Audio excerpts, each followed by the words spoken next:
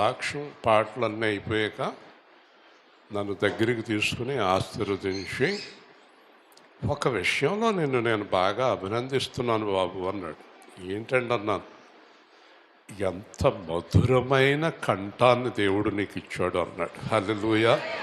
మీరు మెచ్చుకుంటే ఇంకా యేసుప్రభు మెచ్చుకున్నట్టేనండి అన్నాను. తప్పకుండా వింటాడు ఆయన నీ పాట అన్నాడు. కాబట్టి పెద్దల ఆశీర్వాదం మనకు దొరికింది. పైగా ఎలాంటి ఆశీర్వాదం దొరికిందో చూడండి. యేసుప్రభు పక్కన కూర్చొనే ఆర్ఆర్ మూర్తి గారి ఆశీర్వాదం మనకు దొరికింది. దేవుని స్తోత్రం. ఒకరోజు ఎక్కడో ఒక చోట గుమ్మలతోటి అనుకుంటా వాక్యం చెప్పాను. వాక్యం అంతా అయిపోయిన తర్వాత ఒక పెద్దవాడు నా దగ్గరికి వచ్చింది. బాబు నువ్వు ఎక్కడ నేర్చుకున్నావు? ఎక్కడ నేర్చుకోలేదమ్మా, బైబిల్ చదివి నేర్చుకున్నాను. కాకపోతే ఆర్ఆర్ మూర్తి గారు నన్ను ఆశీర్వదించారని. అలా చెప్పు అంటుంది. దేవుని స్తోత్రం. ఆవిడకి ఆర్ఆర్ మూర్తి గారి వాక్యం అంటే ప్రాణం అంట. కాబట్టి మనం దేవుడి మాటలు ఈరోజు విశ్రాంతి అనే సబ్జెక్ట్ మీద వినబోతున్నాం. రాత్రికి మళ్ళీ రాజేష్ కూడా మాట్లాడతాడు. ఇంకా రేపు పునరుత్థానం సందేశం ఉంటుంది కనుక మరి ఈ విశ్రాంతి అనే మాటకు మార్కు సువార్త 2వ అధ్యాయంలో మనకి కొన్ని చాలా విషయాలు ఉన్నాయి, చూపిస్తాను. మార్కు సువార్త 2వ అధ్యాయం 27వ వచనము. మార్కు సువార్త 2:27. మరియు విశ్రాంతి దినము మనుషుల కొరకే నియమింపబడిన గాని మనుషులు విశ్రాంతి దినం కొరకు నియమింపబడలేదు. అందువలన మనుష్య కుమారుడు విశ్రాంతి దినమునకు ప్రభువై ఉన్నాడని వారితో చెప్పింది. ఇప్పుడు మీరందరూ బాగా అర్థం చేసుకోండి. బైబిల్ గ్రంథం రాయబడింది మనుషుల కొరకు. దేవుడు సృష్టి చేసింది మనుషుల కొరకు. యేసుక్రీస్తు లోకానికి వచ్చింది మనుషుల కొరకు. వాక్యం వచ్చింది మనుషుల కొరకు. ప్రార్థన వచ్చింది మనుషుల కొరకు. పరిశుద్ధాత్మ వచ్చింది మనుషుల కొరకు. శిష్యులను ఏర్పాటు చేసింది మనుషుల కొరకు. పరలోక రాజ్యం ఏర్పాటు చేసింది మనుషుల కొరకు. మొత్తం కార్యక్రమం అంతా మనుషుల కొరకు దేవుడు ఏర్పాటు చేశాడు. హల్లెలూయా. మనుషుల్లో మీరు ఉన్నారా అంటే ఏం చెప్పాలి మీరు? మా కొరకు దేవుడు చేసిన ఏర్పాటు చెప్పండి. మరి మీరే కాదంటారే. మీ కొరకు దేవుడు చేసిన ఏర్పాటుని మీరు కాదంటే ఎలాగండి? దేవుడికి విశ్రాంతి ఏంటండి? దేవుడికి విశ్రాంతి అనేది ఎక్కడైనా ఉందండి? ఆయన కునుకడు. అసలు ఆయన విశ్రాంతి తీసుకుంటే ఇంకా సృష్టి ఏమైనా ఉంటుందా? మరి విశ్రాంతి ఎవరికి? మనకే. అందుకే యేసుప్రభు అంటున్నాడు, విశ్రాంతి మీకయ్యా, నాకు కాదు. నాకు విశ్రాంతి ఏంటి? నాకు విశ్రాంతి అవసరం లేదు. ఇంతకీ ఈ విశ్రాంతికి అర్థం హెబ్రీ పత్రికలో చూద్దాం. హెబ్రీ పత్రిక జాగ్రత్తగా 4 మాటలు విని తొందరగా వెళ్ళిపోదాం. చాలామంది వాక్యపు మర్మాలు తెలియక ఏదేదో పాపం అనుకుంటూ ఉంటారు. హెబ్రీ పత్రిక 3వ అధ్యాయం. హెబ్రీ పత్రిక 3వ అధ్యాయం 10వ వచనం. జాగ్రత్తగా వినాలి ప్రతి మాట కూడా. కావున నేను ఆ తరము వారి వలన విసిగి వీరెల్లప్పుడూ తమ హృదయాలోచనలో తప్పిపోచున్నారు. నా మార్గములను నా మార్గములను తెలుసుకొనలేదు. తెలుసుకొనలేదు కనుక కనుక నేను కోపముతో ప్రమాణము చేసినట్టు వారు నా విశ్రాంతిలో ప్రవేశింపరని చెప్పి తిని. చూసారా, వింటున్నారా? ఎవరికి విశ్రాంతి లేదు? ఆయన మార్గంలో వెళ్ళని వారికి. వింటున్నారా? అసలు విశ్రాంతి అంటే ఏంటి? విశ్రాంతి అంటే పడుకోవటం కాదు, రెస్ట్ తీసుకోవటం కాదు. విశ్రాంతి అంటే నిశ్చయత. ఏంట నిశ్చయత చెప్పనా?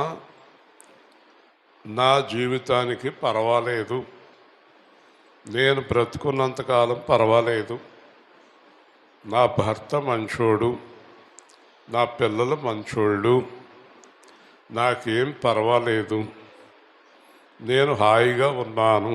ఇప్పుడు విశ్రాంతికి అర్థం చెప్పనా? మీరు మళ్ళీ నా మీద ఇంకో రకంగా అనుకోకండి. విశ్రాంతికి అర్థం నా భార్య, నా పిల్లలు కాదంటారా? ఇప్పుడు వాళ్ళ గురించి నేను ఆలోచించవలసిన అవసరం ఉందంటే నాకు మాట్లాడరేంటి? లేదు కదా. అతని కాపురం అతను జాగ్రత్తగా చేసుకుంటాడు, ఇతని కాపురం ఇతను జాగ్రత్తగా చేసుకుంటాడు, ఇంట్లో ఆవిడన్నీ చక్క పెట్టుకుంటుంది. నాకు విశ్రాంతినా? మాట్లాడరేంటి? అది విశ్రాంతి అంటే. మీలో కొంతమంది అయ్య బాబు ఇంటికాడ ఏమైపోతున్నాడు, ఏం చేసేస్తున్నాడు, అది ఏం చేసేస్తున్నాడు, వాళ్ళు ఏం చేసేస్తున్నారు, వీళ్ళు ఏం చేసేస్తున్నారు, వాళ్ళు ఏ కొమ్ము చేస్తున్నారు, వాళ్ళు ఏ అప్పులు చేసేస్తున్నారు, ఏం చేసేస్తున్నారో. ఇంక విశ్రాంతి ఏంటి? ఇల్లు ఏమైపోతుందో, ఇంటికి వెళ్ళేటప్పటికి ఎన్ని రెడీగా ఉంటాయో.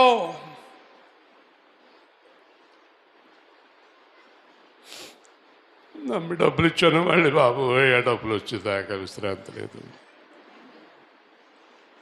అసలు విశ్రాంతి లేదండి. మా ఆయనకి ఇంకా ఏ పని దొరకలేదు, బాబోయ్ బాబోయ్ బాబోయ్ బాబోయ్ బాబోయ్ బాబోయ్ బాబు. అసలు మనసు అంత కలవరం, ఎంత కలవరంగా ఉంటారో. ప్రశాంతత లేదు. దీనికి కారణం ఏంటో తెలుసా? ఆయన మార్గంలో నడవకపోవటమే. హల్లెలూయా. ఆయన మార్గంలో లేని వారికి ఏమీ లేదు. ఇప్పుడు 20 లక్షల మంది 40 సంవత్సరాలు దేంట్లో ఉన్నారు? విశ్రాంతిలో. వాళ్ళకి వంట చేసుకునే పని ఉందా? నిలుక్కోవాల్సిన పని ఉందా? పొద్దున్న గిన్నెట్టుకు వెళ్తాం, భోజనం తెచ్చుకోవటం, సాయంత్రం గిన్నెట్టుకు వెళ్తాం, భోజనం తెచ్చుకోవటం. భోజనం సంపాదించుకోవాలా, వండుకోవాలా, కొట్టుకోవాలా? మాట్లాడరేంటి? అవసరం లేదు కదా. చూసారా, వింటున్నారా? విశ్రాంతి అంటే దేవుడు మనపక్షముగా పనిచేయడం. హల్లెలూయా.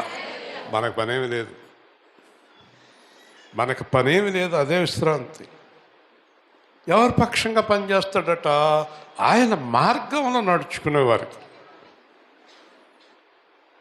నేను ఇదివరకే చెప్పాను, ఒకసారి చిన్న ఉదాహరణ. అమర్నాథ్ గారు నేను విజయవాడ షాప్కి వెళ్ళాం. ఏదో చాలా వస్తువులు కొనుక్కున్నాడు ఆయన. ఒక షాప్ దగ్గర పెట్టి, నేను మళ్ళీ వస్తాను, ఇక్కడ చూస్తూ ఉండండి అన్నాడు. అతను అన్నాడు, 7:30కి తాళం వేస్తాను, తర్వాత మీరు సరిపోతే నాకు సంబంధం లేదన్నాడు. నీ దగ్గర 70,000 రూపాయలు సరుకు కొన్నాను, ఒక అరగంట నా కోసం ఉండలేవా అన్నాడు. అతను అన్నాడు, అరగంట కాదు, 1 నిమిషం కూడా ఉండను. హల్లెలూయా. అతను దేంట్లో ఉన్నాడు? విశ్రాంతి. 7:30కే లాక్ చేసేస్తాడు. 7:30కి రాత్రి లేదు, పగలు లేదు. ఇంకో 10 వస్తుందేమో, ఇంకో 10 వస్తుందేమో, ఇంకో 10 వస్తుందేమో, ఇంకో 10 వస్తుందేమో అని 11 దాకా కూర్చునేవాడు. విశ్రాంతిలో ఉన్నాడా? లేడు. విశ్రాంతిలో లేడు. ఎందుకంటే ధనాపేక్ష విశ్రాంతి పోగొట్టింది, శరీరాపేక్ష విశ్రాంతి పోగొట్టింది, లోకాపేక్ష విశ్రాంతి పోగొట్టింది, దేవుని యందున్న అపేక్ష విశ్రాంతిని ఇచ్చింది. హల్లెలూయా. దేవుని యందు అపేక్ష విశ్రాంతినిచ్చింది. ఒక ఆయన అక్కడ ఒకసారి వాక్యానికి వెళ్తే నాతో పాటు ఇంకో సేవకుడు ఉన్నాడు. నానా తంటాలు పడిపోతున్నాడు. ఇలాగంటాడు, అలాగంటాడు, అలాగంటాడు, ఇలాగంటాడు, కింద లెగుతాడు, పైకి లెగుతాడు. ఏంటన్నాను, మీరు ఏమీ కంగారు లేదేంటి, మనం ఇద్దరం పెద్ద సభలో మాట్లాడాలి అంటున్నాడు. ఇప్పుడు కంగారు పడి ఏం చేయమంటావు అన్నాను. రెడీ అవ్వద్దండి, మనం రెడీ అవ్వద్దా? నేను ఇందాక నుంచి గుంపు చెంపులు పడిపోతుంటే మీరు ప్రశాంతంగా కూర్చున్నారు అని. వాక్యం చెప్పేది మీరు కనుక కంగారు పడుతున్నారు, వాక్యం చెప్పేది యేసు కనుక నేను కంగారు పడను. దేవుని స్తోత్రం. ఆ మీటింగుల్లో నా వాక్యమే సక్సెస్ అయింది. ఎన్ని కంగారులు పడి మధ్యలో ఒకటి వదిలేసి మర్చిపోయాడు, మొత్తానికి తేడా వచ్చేసింది. నేను మోషేతో చెప్పాను, రాజేష్తో చెప్పాను, మీరు మాట్లాడొద్దు, కంగారు పడవద్దు, దేవుడి మీద ఆధారపడండి. దేవుడు మాట్లాడాలి. దేవుడు మాట్లాడాలంటే ఆయన మార్గంలో నడవాలి. హల్లెలూయా. అప్పుడు నీకు విశ్రాంతి. ఏంటది? అప్పుడు నీకు విశ్రాంతి. నా మార్గములు తెలుసుకోక హృదయాలోచనలు తప్పిపోతున్నారు. ఎవరి జీవితంలో ఫెయిల్యూర్ ఉందో, ఓటమి, పెళ్లిలో ఓటమి, పిల్లల్లో ఓటమి, జీవితంలో ఓటమి, ఈ ఓటమికి కారణం దేవుడు ఆలోచన వేరు, వీళ్ళ ఆలోచన వేరు. దేవుని స్తోత్రం. హృదయాలోచనలో తప్పిపోయారు. హృదయాలోచనలో తప్పిపోయిన వారు మార్గం తప్పిపోయారు. మార్గం తప్పిపోయిన వారు విశ్రాంతిలో తప్పిపోయారు. ఇప్పుడు దేవుడంట ఏం చేశాడో చూడండి. కోపముతో ప్రమాణము చేసెను. ఏం చేశాడు? అసలు దేవుడు ప్రమాణం చేస్తేనే ప్రమాదం అంటే కోపంగా ప్రమాణం చేశాడంట. ఏమని? కోపంగా ప్రమాణం చేశాడంట. ఏమని? ఈ నా మార్గం తప్పి వీళ్ళ ఆలోచన ప్రకారం వీళ్ళు ఇష్టం వచ్చినట్టు బ్రతికేవారు ఎవ్వరు కూడా నా విశ్రాంతిలోనికి రావటానికి వీర్లేదని ప్రమాణం చేయుచున్నాను. హల్లెలూయా. అందుకే చాలా జీవితాలు క్రైస్తవులు చాలా గందరగోళంగా ఉన్నాయండి, చాలా భయంకరంగా ఉన్నాయండి. మనసంత వేదన, తలంత పోటు, తెల్లవారులు తలంత వేదన, హృదయం నిండా ఆలోచనలు. హృదయాలోచనల వల్ల మెదడు నరాలు దెబ్బతింటాయి, మర్చిపోతారు. 50 సంవత్సరాల కిందటి విషయాలు చెప్తూ ఉంటే నేను ఆశ్చర్యపోతూ ఉంటాను. మనం ఆ చుట్టాల దగ్గర కూర్చొని వాళ్ళ పెళ్లి రోజులు, వాళ్ళు అన్ని రోజులు చెప్తుంటాయి, బాబోయ్ బాబోయ్ అంటున్నారు. నేను అన్నాను, మీకు గుర్తుంటాయి, నాకే కాదు మీకు గుర్తుంటాయి, కాదు మీ బుర్ర నిండా లోకం, నా బుర్ర నిండా పరలోకం. దేవుని స్తోత్రం. అందుకే గుర్తుంటాయి. అది విశ్రాంతి. సరే, ఆ రోజు మీటింగ్ అయిపోయింది, రాత్రి 11ంటికి వచ్చి పడుకున్న వెంటనే నిద్రపోయింది. నేను పొద్దున్నే లేచి అంటాడు ఆయన, మీరు నిద్రపోతే సరిపోద్దా, నేను నిద్రపోక్కలేదా అంట. అదేంటి, నేనేం చేయను? అలా పడుకున్న వెంటనే నిద్రపోయారు. 4 మాటలు చెప్పుకోవచ్చు కదండి, మాట్లాడే పనే ఉంది. ఇప్పుడు దాకా మాట్లాడాం కదా, నీకు నాకు మాట్లాడేంటి?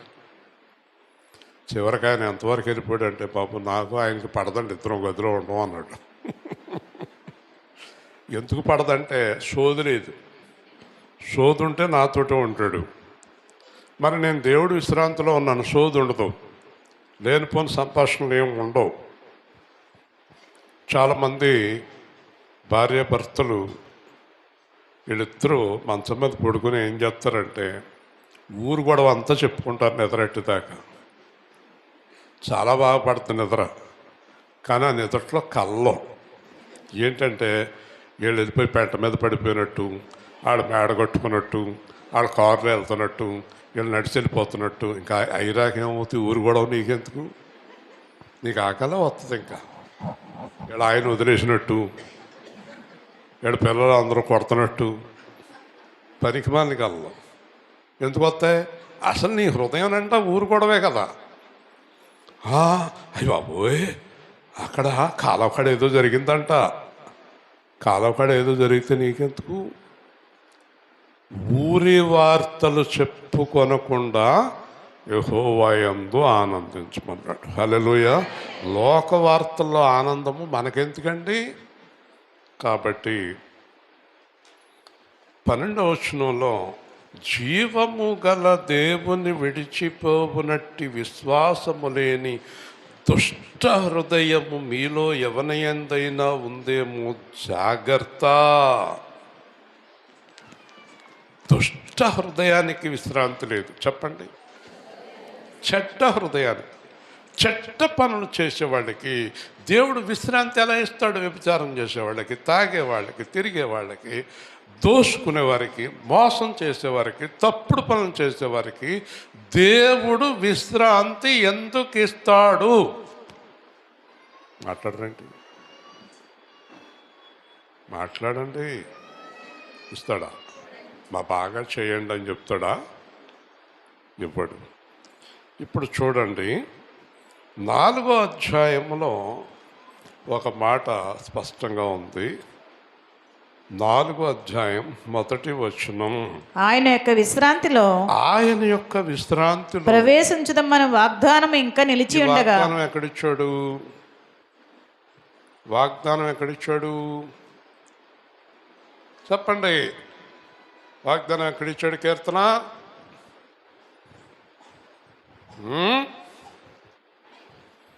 మత్తయి 11 చివరిలో ఇచ్చాడు. చదవండి. ప్రయాసపడి వాక్యం చదవండి, బాగుంటుంది.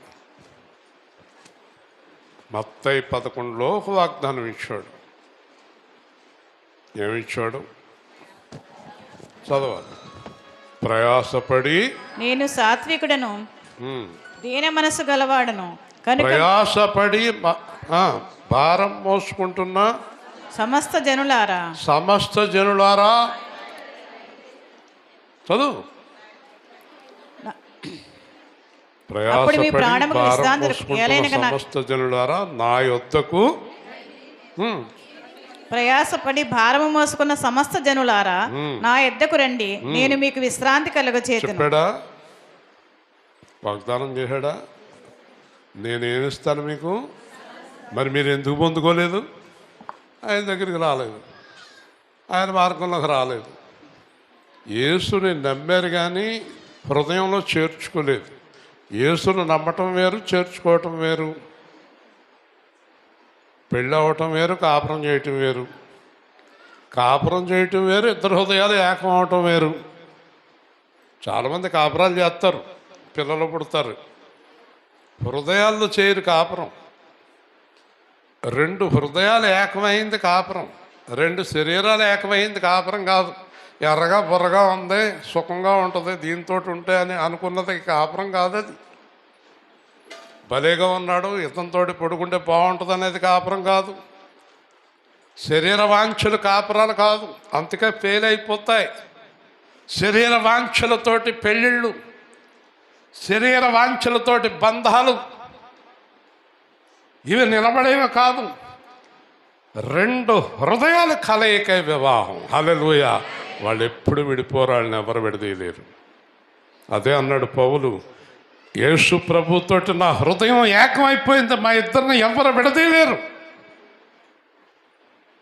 శరీర వాంఛలతోటి పెళ్ళిళ్ళు, శరీర వాంఛలతోటి లవ్ అఫైర్లు, శరీర వాంఛలతోటి ఏళ్ళు అక్రమ సంబంధాలు, అందుకే ఫెయిల్యూర్, అందుకే దెబ్బలాట్లు, అందుకే గొడవలు, అందుకే తన్నుకోవటాలు, అందుకే విడాకులు, అందుకే గుద్దుకోవటాలు, అందుకే ఒకళ్ళ మీద ఒకళ్ళు యాసిడ్లు పోసుకోవటాలు, అందుకే ఒకళ్ళొకళ్ళు మోసం చేసుకోవటాలు. It is purely belongs to body. శరీర సంబంధమే కానీ ఆత్మ సంబంధం కాదు. ఈ రోజున love affair, I'm against to the love affairs. ఈ ప్రేమ వివాహాలకు నేను వ్యతిరేకని. ఎందుకంటే వీళ్ళు శరీరాన్ని బట్టి ప్రేమిస్తారు కానీ హృదయాలు తెలుసుకోవటం కష్టం. ఒక మనిషి చూసుకునేది శరీరమే కానీ హృదయం కాదు. దీన్ని చూసాడు, ఆడు చూసి దీన్ని లవ్ చేసేసుకుని పెళ్ళయిన తర్వాత 2 సంవత్సరాలకి 3 సంవత్సరాలకి ఒకళ్ళ హృదయం ఒకళ్ళకి అర్థమయ్యాక వీళ్ళిద్దరు ప్రేమ విచ్ఛిన్నం అయిపోయింది. హల్లెలూయా. ఎందుకంటే లవ్ అఫైర్లో హృదయాలు తెలియదు. గుడ్డితనం ఆవరిస్తుంది. ఒక మనిషి హృదయం నీకు అంత 4-5 నెలల్లో, 2 నెలల్లో, 3 నెలల్లో, 2 సంవత్సరాల్లో అర్థమైపోద్దా? అంత సులువా? మనిషి హృదయాన్ని గ్రహించగలవా నువ్వు?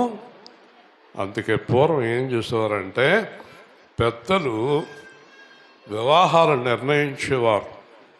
అటువైపు సాంప్రదాయాలు, ఇటువైపు సాంప్రదాయాలు చూసి వాళ్ళని అడిగి వీళ్ళనడిగి నలుగురిని తెలుసుకుని పిల్లవాడు మంచోడేనా, పిల్లవాడు తండ్రి మంచోడేనా, తల్లి మంచిదేనా, వెనకాల వారు మంచివారేనా, వీళ్ళ మంచివారా, వాళ్ళ మంచివారా అని అన్నీ అడిగి ఒక 10-25 మంది వాళ్ళ తరపున, 25 మంది వీళ్ళ తరపున కూర్చుని మాట్లాడుకొని స్థిరపరిచిన వివాహాలు 100 సంవత్సరాల వరకు మొగుడు పిల్లలు కాపురం చేసి చనిపోయారు వాళ్ళు. హల్లెలూయా.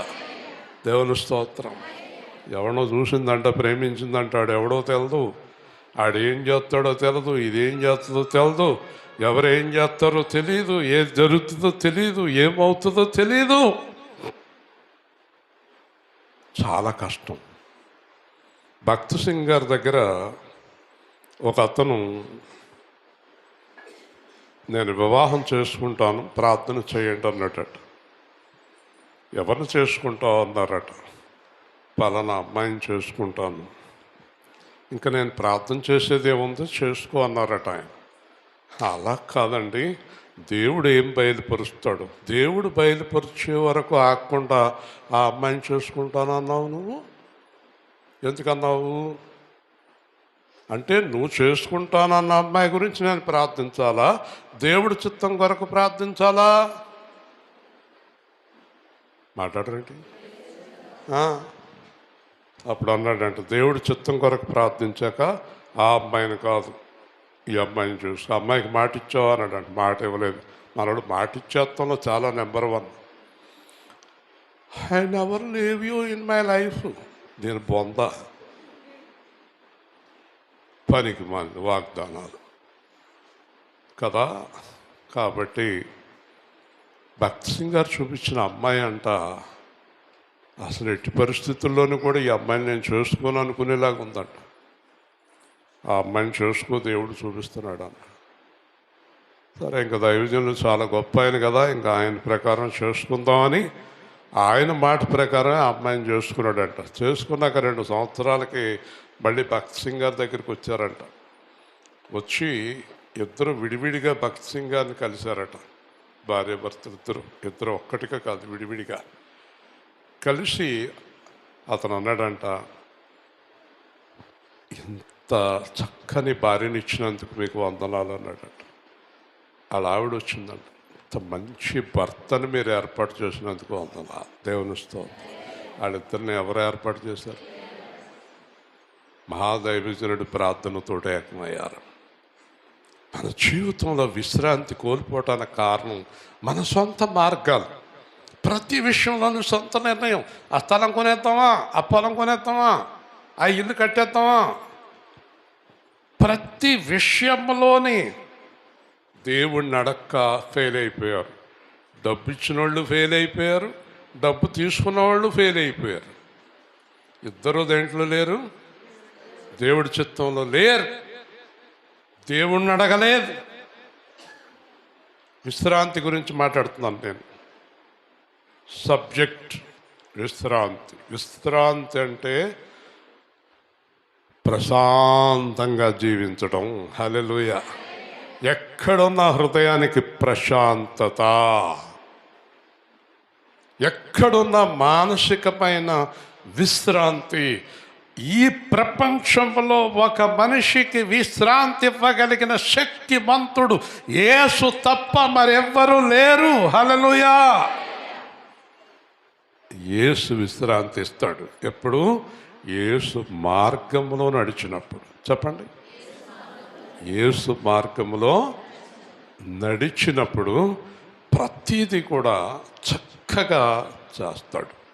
భీమవరం ఒక ఇంజనీర్ గారు వచ్చారు అమెరికా నుంచి. గొప్ప ఇంజనీర్ ఆయన. కానీ ఆ అమెరికాలో ఇంజనీరింగ్ ఉద్యోగాన్ని వదిలేసి సేవలోకి వచ్చాడు. గొప్పగా సేవ చేస్తున్నాడు. చాలా అద్భుతంగా వాక్యం చెప్పాడు. నాకు బాగా నచ్చింది. 2003 అక్టోబర్ 19 ఆయన వాక్యం వినటానికి భీమవరం వెళ్ళాం మేము. 2003 అక్టోబర్ 19. నేను అన్ని డేటులతో సహా చెప్తాను. ఆ 19వ తారీఖున మేము వెళ్ళి ఆయన 5 గాయాల గురించి మాట్లాడాడు. యేసు ప్రభు గురించి చివరిలో చెప్పాడు. ఒక అద్భుతమైన సాక్ష్యం చెప్పాడు. అది విన్నాక నా హృదయం చాలా మారిపోయింది. అదేంటంటే, ఒక క్లిష్టమైన ప్లాన్ ఒకటి ఇచ్చారు. ఆ ప్లాను ఎలా చేయాలో అర్థం కాక 3 రోజులు ఉపవాసం ఉన్నాడు ఈయన.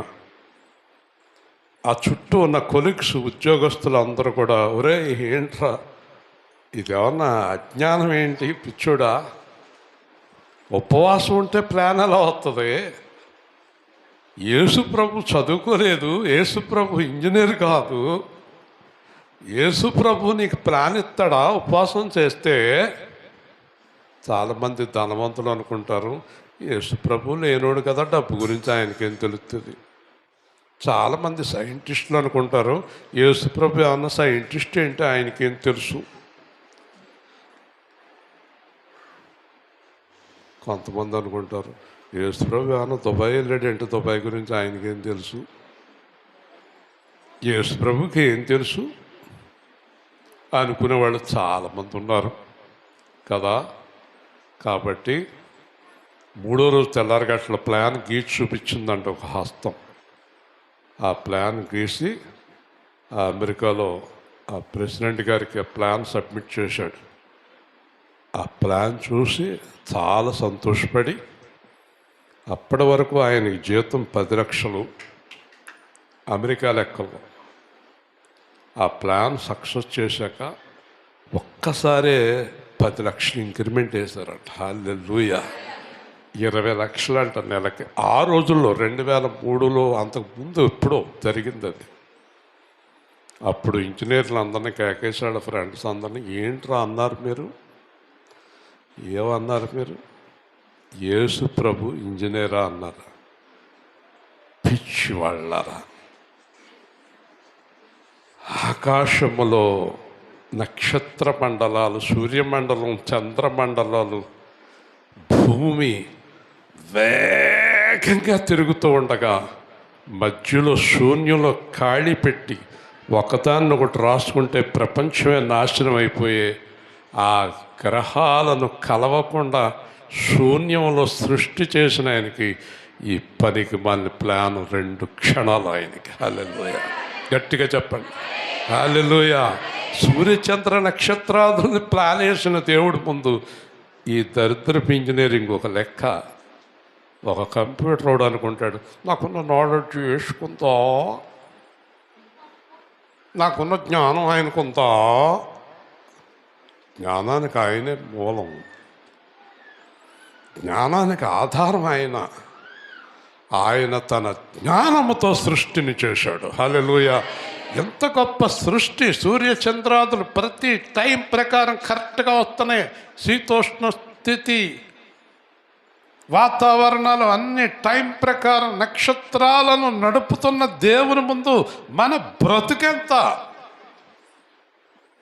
నువ్వు పాపం చేయకూడదంటే, పాపం అంటే ఏంటో తెలుసా? నీ సొంత ఆలోచన పాపం. నువ్వు పాపం చేయకూడదంటే మొట్టమొదట యేసు మార్గాన్ని తెలుసుకోవాలి. హల్లెలూయా. కాబట్టి వారు నా మార్గాన్ని తెలుసుకోలేదు. సలహాలు సలహాలు సలహాలు సలహాలు సలహాలు పనికి మాలిన సలహాలు. చాలా తెలివైందంట ఈవిడి. ఎవరి ముఖంక చూసినా వాళ్ళ గురించి చెప్పేస్తుందంట. నువ్వు తెలివైందనువా? ఎవరి గురించి అయినా చెప్పేస్తావా? లబో దిబోం అంటావు కొన్నాళ్ళకి. నీ తెలివి వల్ల కొన్నాళ్ళకి ఇలా జరుగుద్ది అనుకోలేదు బాబోయ్ అంటావు. అది నీ తెలివి. ఆయన మీద ఆధారపడిన వాళ్ళు అయ్యి బాబోయ్ ఇలా జరిగింది ఏంటని అనుకోరు. 25 సంవత్సరాలుగా ప్రతి క్షణం ఆయన మీద ఆధారపడి there is no failure in my life. Hallelujah. ఒక్క ఓటమి కూడా 25 సంవత్సరాల్లో చూడలేదు నేను. నా జీవిత కాలమంతా నే యేసుని వెంబడింతున్. నా జీవిత కాలమంతా నీ యేసుని వెంబడింతున్ వెంబడింతున్ వెంబడింతున్ వెంబడింతున్ వెంబడింతున్ యేసునే వెంబడింతున్ యేసునే వెంబడింతున్. నా జీవిత కాలమంతా నీ యేసుని వెంబడింతున్. సువార్తను ప్రకటించును, వాక్యమునే బోధింతును. సువార్తను ప్రకటింతును, వాక్యమునే బోధింతును. సమయమైన సమయమైన సమయమైన సమయమైన నా జీవిత కాలమంతా నీ యేసుని వెంబడింతున్. ఐశ్వర్యమైన పేదరికమైన ఐశ్వర్యమైన పేదరికమైన జీవమైన మరణమైన జీవమైన మరణమైన నా జీవిత కాలమంతా నీ యేసుని వెంబడింతున్. కాబట్టి విశ్రాంతి అంటే ఏంటంటే దావీదు అంటాడు, అందరూ నాతో కలిసి చెప్పండి, నేను హాయిగా పండుకొని నిద్రపోదును. 3 సార్లు చెప్పండి. నిద్రపోని వాళ్ళు చెప్పకండి, నిద్ర పట్టి వాళ్ళే చెప్పండి, ఆగిపోతారు. అది విశ్రాంతి. ఐ స్లీప్ వెల్ అనే పరుపు మీద నిద్ర రాదు. స్లీప్ వెల్ అనే పరుపు తెచ్చాక మాకు అసలు నిద్రట్లేదు. ఎందుకంటే పడుకుంటే కిందకి వెళ్ళిపోతుంది, ఇంకేం నిద్రపోతాం. లేనిపోను కూడా రా బాబు వాళ్ళంతా డబ్బులు పెట్టి అనవసరంగా తెచ్చుకున్నాం. కాబట్టి స్లీప్ వెల్ అనే పరుపు కాదండి, యేసుక్రీస్తులో ఉండేవారికి నిజమైన విశ్రాంతి. హాయిగా పండుకొని నిద్రపోదును. ఎప్పుడు చెప్పాడు ఈ మాట? పొద్దున్నే 10,000 మందితో యుద్ధం. పొద్దున్న 6ంటికి ఎంతమందితోటి? 10,000 మందితో. రాత్రి అంట పడుకుంటాడంట. అదేంటి దావీదా, ఏంటి నువ్వు చెప్పేది? పొద్దున్న యుద్ధం, రాత్రికి పడుకుంటావా? నవ్వాడంట దావీదు, నవ్వాడంట. పిచ్చోళ్ళారా, యుద్ధము యెహోవాది. హల్లెలూయా. గట్టిగా చెప్పండి హల్లెలూయా. వాళ్ళు పడుకోక ఏం చేస్తారు? నా పక్కన ఉన్న సేవకుడికి ఎందుకు ఎదురాడతావు? రేపు పొద్దున్న ముందు ప్రసంగం నాదే అంటున్నాడు, నీ ప్రసంగం తాగలే. ఏమైతే ఏమైపోయింది? Be happy. మాట్లాడేది దేవుడు కదా. అమ్మా అమ్మా వచ్చేయి వచ్చేయి అంటుంది. ఎంత టెన్షనో, ఈవిడ టెన్షన్ పడిపోద్ది, వాళ్ళ అమ్మని టెన్షన్ పెట్టేస్తుంది తేజ. ఆవిడ నన్ను టెన్షన్ పెట్టేస్తుంది. ఏమండి అంకుల్ గారు బయలుదేరుతారు. ఎందుకండి? భారం ఆయన మీద వేయండి.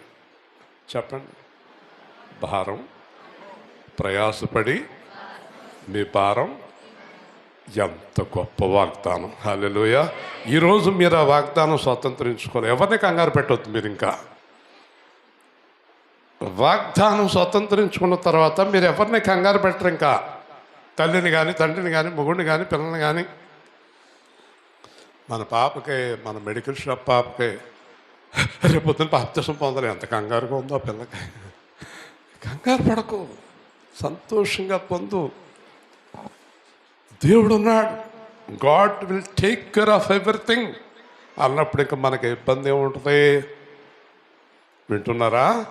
దేవుడి మీద ఆధారపడేవారు ప్రశాంతంగా ఉండవచ్చు. ఎందుకంటే బ్రతుకుట క్రీస్తు, సావైతే ఇంకేంటండి? ఇంకా టెన్షన్ ఏంటంటే 15 రోజుల నుంచి మా ఆయన కనబడతలేదంటుంది ఒక ఆవిడ.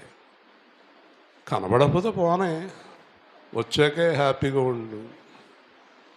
నా దగ్గర వాక్యంలో తరిఫీదైన ఒక ఆవిడ ఇంటికి వెళ్ళింది. ఇంటికి వెళ్ళాక ఎక్కడికి వెళ్ళావు అన్నాడు ఆయన. చర్చికి వెళ్ళాను. అయితే ఈ రోజు నుంచి నీకు నాకు కాపురం లేదు అన్నాడు. ఇవాళ పొద్దున్న అదే చెప్పాడు ఆయన మందిరంలో ఉంది. కాపురం లేదని చెప్పాడా? కాపురం లేదని కాదు, దేవుడి కోసం అవసరమైతే ఏదైనా విడిచిపెట్టమని చెప్పారు. అంటే నీ నిర్ణయం ఏంటే? కాపురం వద్దంటే సింపుల్గా బ్యాగ్ కట్టుకుని ఇంటికి వెళ్దామని అంది. నేనేదో మాట వరుసగా అన్నాను. దేవుని స్తోత్రం చెప్పండి. ఈ ధైర్యం వచ్చేసింది ఎవరి మీద ఆధారపడి? మీరందరూ ఈ రోజు నుంచి ధైర్యంగా ఉండండి. కానీ ఒక్కటి, యేసు ప్రభు మార్గంలో నడిచేవారు అందరూ ఎప్పుడూ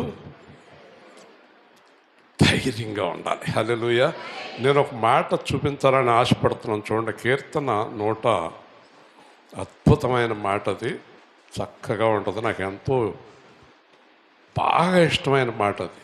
అది చదువుకుంటాను నేను. ఏదన్నా కాస్త నా మనసులో ఇబ్బంది ఉన్నప్పుడు ఈ కీర్తన చదువుకుని చాలా సంతోషపడిపోతాను. మీరు కూడా చదువుకోండి. కీర్తన 125 మొత్తం చదవండి. ఎంత బాగుంటుందో. యెహోవా యందు నమ్మిక ఉంచువారు. అర్థమవుతుంది మీకు? ఎవరి మీద? యెహోవా మీద నమ్మిక ఉంచువారు కదలక నిత్యము నిలుచు సియోను కొండ. హల్లెలూయా! ఎలా ఉంటారు? కీర్తన ఉన్నావా? ఉంటుంది. అమ్మాయి గట్టి పిల్ల పరిగెత్తుకొచ్చింది మొన్న ఈ అమ్మాయి నా దగ్గరికి. నేను దేవుడి కోసం జీవించాలనుకుంటున్నాను. చాలా సంతోషం అమ్మా. అసలు అంతకన్నా భాగ్యం ఉంది? అంతకన్నా భాగ్యం లేదండి. ఓకే, తర్వాత యెరూషలేము చుట్టూ పర్వతంలో ఉన్నట్టు యెహోవా ఇది మొదలుకొని నిత్యము తన ప్రజల చుట్టూ ఉండును. హల్లెలూయా! నువ్వు పర్వతమే, నీ చుట్టూ పర్వతమే. నిన్నెవరు కదుపుతారు? తలతో కానీ చేతితో కానీ మీ దగ్గర ఏది ఉంటే అది పట్టుకెళ్ళి కొండను కొట్టండి, ఏమవుతుందో? అయ్య బాబాయ్ అంటదా కొండ?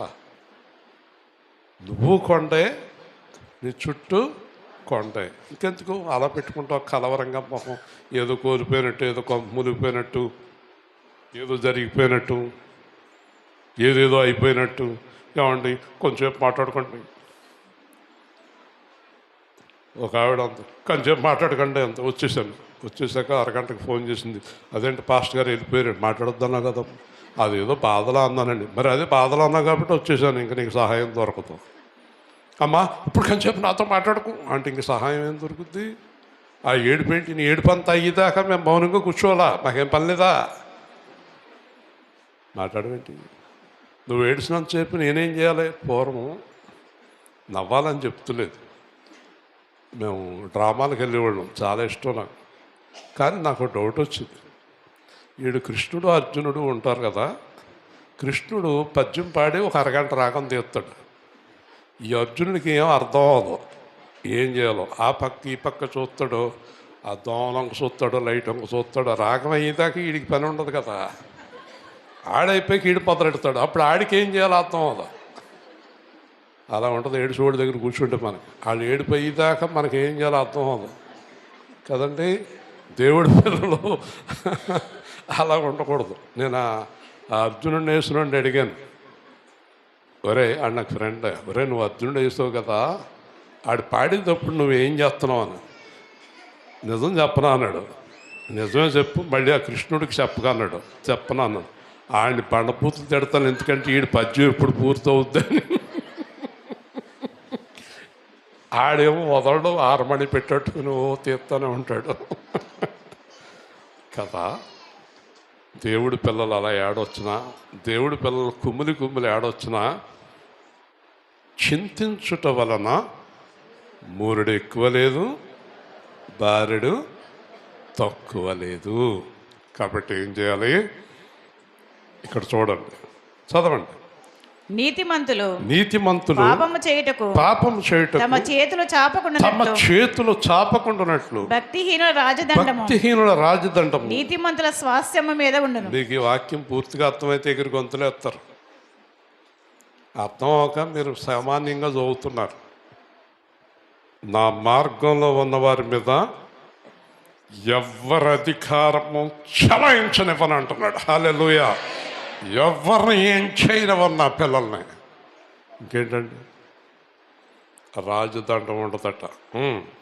యెహోవా మంచి వారికి మేలు చేయము. ఈ మాట అందరూ చెప్పండి.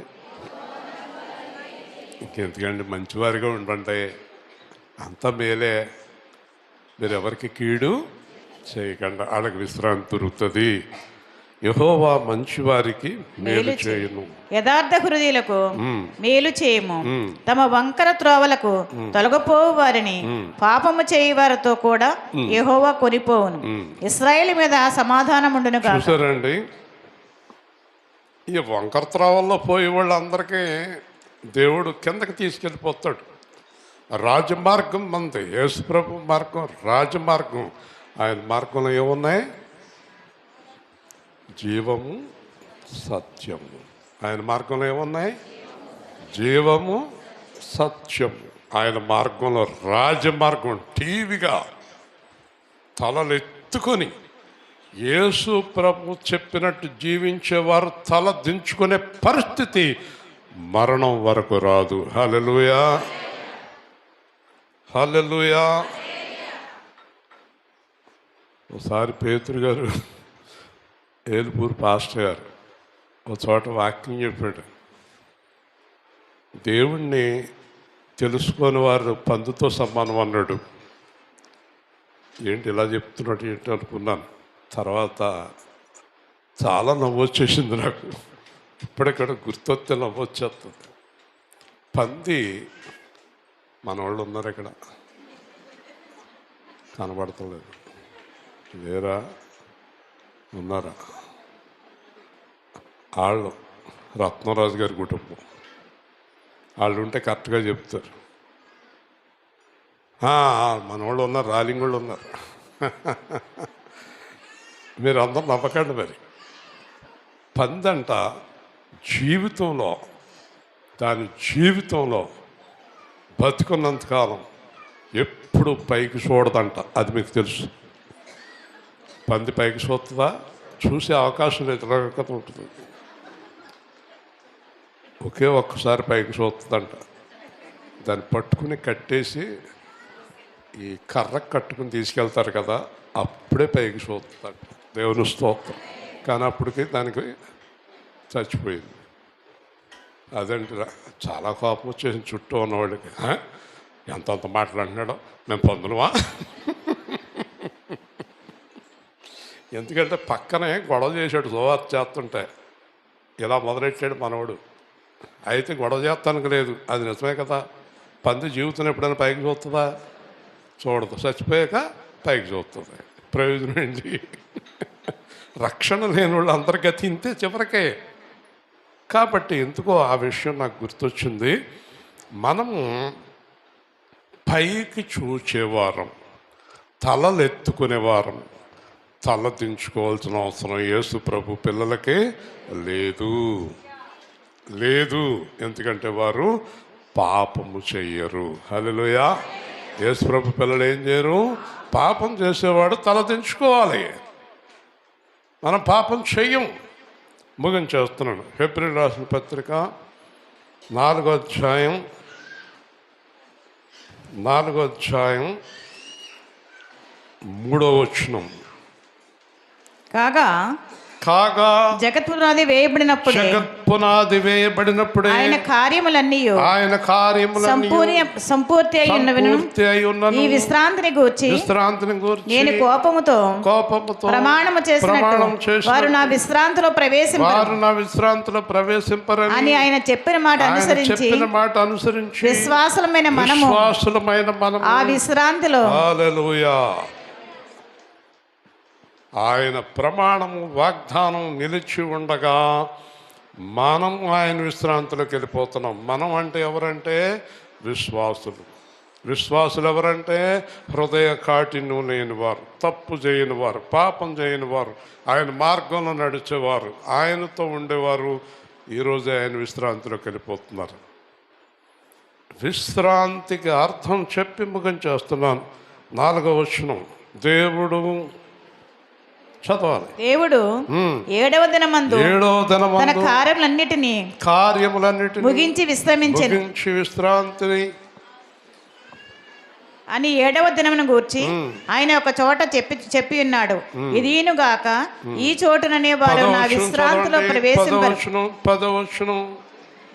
ఎందుకనగా దేవుడు తన కార్యములను ముగించి విశ్రమించిన ప్రకారం ఆయన యొక్క విశ్రాంతిలో ప్రవేశించిన వాడు కూడా తన కార్యములను ముగించి విశ్రమించును. హల్లెలూయా. గట్టిగా. దేవుడు 7వ రోజున అన్ని కార్యాలు పూర్తి చేశాడు, విశ్రాంతి తీసుకున్నాడు. ఈ రోజు వరకు అవి జరిగిపోతున్నాయి. 7 దినాలు చేసిన పని అంతా 1000 సంవత్సరాల నుంచి జరిగిపోతున్నాయి. ఆయన మళ్ళీ పరిశీలించుకోవాల్సిన అవసరము లేదు. అలాగే యేసు ప్రభువుని నమ్మకంతో ఆయన విశ్రాంతిలోకి వెళ్ళినోడు కూడా మరణం వరకు వాళ్ళ పనులన్నీ పూర్తయిపోయి కొత్తగా చేసేదేమీ లేదు. ఆయన చేసిన దాంట్లో ముందుకు సాగిపోతున్నాం. హల్లెలూయా.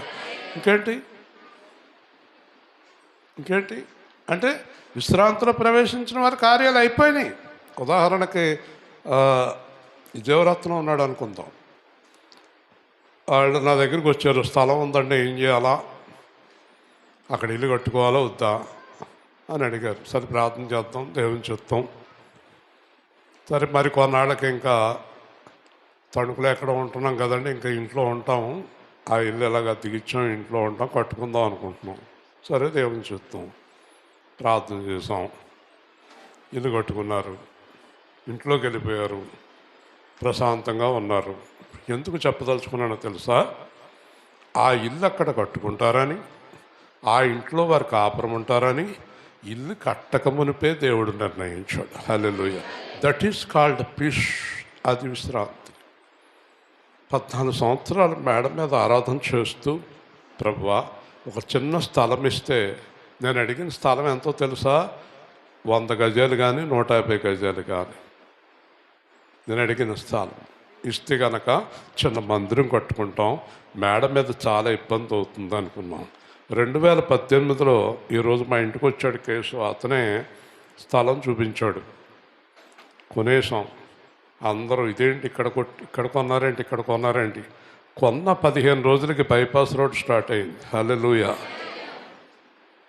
ఈరోజు యేసు సేవా కేంద్రానికి దేవుడిచ్చిన స్థలము 100 గజాలు కాదు, 1000 గజాలు. హల్లెలూయా.